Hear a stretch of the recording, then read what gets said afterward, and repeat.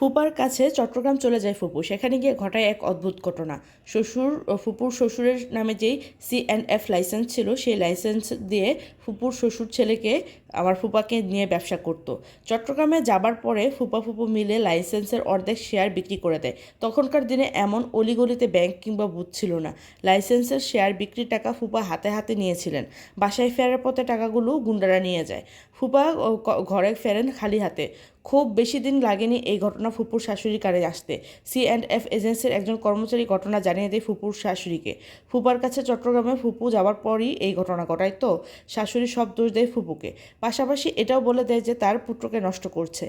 আসলে এজেন্সির শেয়ার বিক্রি করার মতো সাহস ফুপার একার ছিল না। ফুপু জড়িত ছিল ঘটনায়। লাইসেন্স ফুপার বাবার নামে ছিল। ফুপার সব ভাই বোনরাই এই লাইসেন্স বিক্রি থেকে প্রাপ্ত অংশের ভাগিদার। ফুপুর শাশুড়ির সংসারে চলত এই C&F ব্যবসার টাকায়। এখানে লাইসেন্সের অর্ধেক শেয়ার বিক্রি করে দেওয়ায় শাশুড়ি সব দোষ দেয় ফুপুকে। সরাসরি ফুপাকে আদেশ দেয় তোর বউকে ডিভোর্স দিয়ে দিবি। এই চট্টগ্রাম গিয়ে তোকে বুদ্ধি দিয়ে লাইসেন্স বিক্রি করেছে, এমন বউ আমার দরকার নেই। ফুপু মাত্র 3 মাসের মতো ছিল চট্টগ্রাম, তার মধ্যে লাইসেন্স বিক্রির বদনাম নিয়েছে। আসলে ফুপারই দোষ বেশি। নিজেই বিক্রির প্ল্যান করে বিক্রি করে দিয়েছে। কুলাঙ্গার মানুষ তো, শেষমেশ বউয়ের মাথায় দোষ দিয়ে দিয়েছে। আর আব্বা ফুপুর হয়ে মাফ চায় তার শাশুড়ির কাছে। ফুপা চট্টগ্রাম থেকে ফুপুকে পাঠিয়ে দেয় খুলনা শহরের বাড়িতে। এর মধ্যে ফুপুর প্রেগনেন্সি ধরা পড়ে। ঠিক আমার সাথে যেভাবে ফুপু ব্যবহার করতো, ফুপুর শাশুড়িও ঠিক সেভাবেই ব্যবহার করে। একটা ডিম পর্যন্ত খেতে দিতে চায়নি ফুপুর শাশুড়ি। ফুপুর জন্য ডিম কিনে আনলে তার শাশুড়ি বলতো, আগে আমার সব ছেলেমেয়েদের ডিম দাও। তোমরা আমার স্বামীর লাইসেন্স বিক্রি করে খেয়েছো, আমার ছেলে মেয়েকে সাগরে ভাসিয়েছো, এত খাবার এখন তোমাদের মানায় না। ফুপুর যখন প্রথম বাচ্চা হলো, শাশুড়ি ফিরেও তাকায়নি। আমাদের বাড়ি থেকে যাবতীয় খরচ দিয়ে হসপিটালে বাচ্চা হয়। প্রথম ছেলেটা ফর্সা হয়, কিন্তু তারপরের ছেলে মেয়ে দুটো কালো হয়। শুধু কালোই হয়নি, দ্বিতীয় ছেলেটি হাবাগোবা হয়েছে। ঠিক আমার ভাইটা যেরকম হাবাগোবা, তার চেয়ে একটু বেশি হাবাগোবা। কি যে কষ্ট বোকা ছেলেটাকে নিয়ে। আমার ভাই তো এতটাও বোকা না, কিছুটা চলনসই। ফুপুর ছেলে পুরাই বোকা। ফুপু এখন শাশুড়ির সংসারে। ফুপুর বিয়ে হয়েছে 27 বছর। এখনও বাসার আলমারি ওয়ার্ড্রোব কিছুই খুলতে দেয় না শাশুড়ি। কী পরিমাণ খারাপ ব্যবহার যে করে তার শাশুড়ি, মুখ ফুটে একটা কথাও বলতে পারে না। জবাব দিলেই বলে যে আমাদের লাইসেন্স বিক্রি করে খেয়েছো, সেটা মনে আছে? লাইসেন্স বিক্রি করে খেয়ে এত পাওয়ার বেড়ে গেছে। আর কোনো দিন ফুপু চট্টগ্রাম থেকে যেতে পারেনি ফুপার কাছে, শাশুড়ি নিজেই যেতে দেননি। বৃদ্ধা ভয় পান, আবার গিয়ে না জানি পুরো লাইসেন্স বিক্রি করে দেয়। সবচেয়ে অবাক ব্যাপার হচ্ছে, ফুপুর যে ননদ সবচেয়ে কুটনি, ওই ননদের বিয়ের পরে শ্বশুর বাড়ি যাবার আগেই ডিভোর্স হয়ে যায়। ওই কুটনি ননদ এখনও ফুপুর সংসারে। ফুপু যেমন দাদিকে বুদ্ধি দিয়ে আম্মা আর মেজু চাচির মধ্যে অশান্তি করতো, ফুপুর ওই ননদ তার মাকে বুদ্ধি দিয়ে সংসারে অশান্তি সৃষ্টি করে।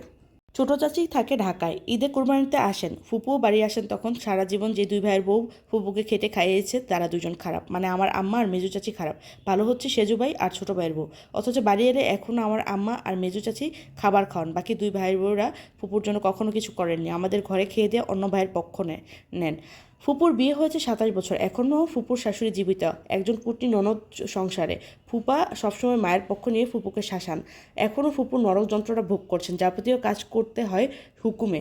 একটা সুতা যদি এদিক থেকে সেদিক হয়, তাহলে শাশুড়ি সবার কাছে বলবে কালা বউ চুরি করছে, ও চুরি করে আমার লাইসেন্স বিক্রি করছে, ও ছাড়া ঘরে কোনো চোর নয়। সব কিছু করার পরেও শাশুড়ি এখনও এতটা অপছন্দ করে। সবচেয়ে বড় বিচারটা কি জানেন? আমার দাদি মারা যাওয়ার 95 বছর বয়সে। মারা যাওয়ার আগের 5 বছর দাদি দিশেহারা ছিলেন, হিতাহিত জ্ঞান ছিল না। তখন ফুপু এসে জিজ্ঞেস করতো, আম্মা আমার চিনছেন? দাদি খুব সুন্দর করে হেসে জবাব দিত, তুমি এই বাড়ির কুটনি মায়েরা না? আমার হেনারে জ্বালাই সব জীবনভর। তোমার আবার চিনবো না? হ্যাঁ না, আমার মায়ের নাম। দাদি নিজের মেয়েকে চিনতো না, সম্পর্কের কথা ভুলে গিয়েছিল, কিন্তু আমার আম্মার কাছে থাকতো তো আমাকে ঠিকই চিনতো। আমার পক্ষ হয়ে ফুপুকে অপমান করতো, তবে সব সত্যি কথা বলতো। শেষ বছরটা দাদি ফুপুকে হেনা ডাকতো, শুধু আম্মার নামটাই দাদির মাথায় ছিল।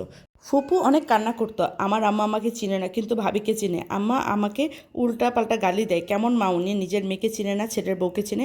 শেষ টাইমে আমার দিশাহারা দাদি তার মেয়ের কুটনামির কথা প্রকাশ্যে বলতো, আমার আম্মাকে অপমান করার কথা সবার সামনে বলতো।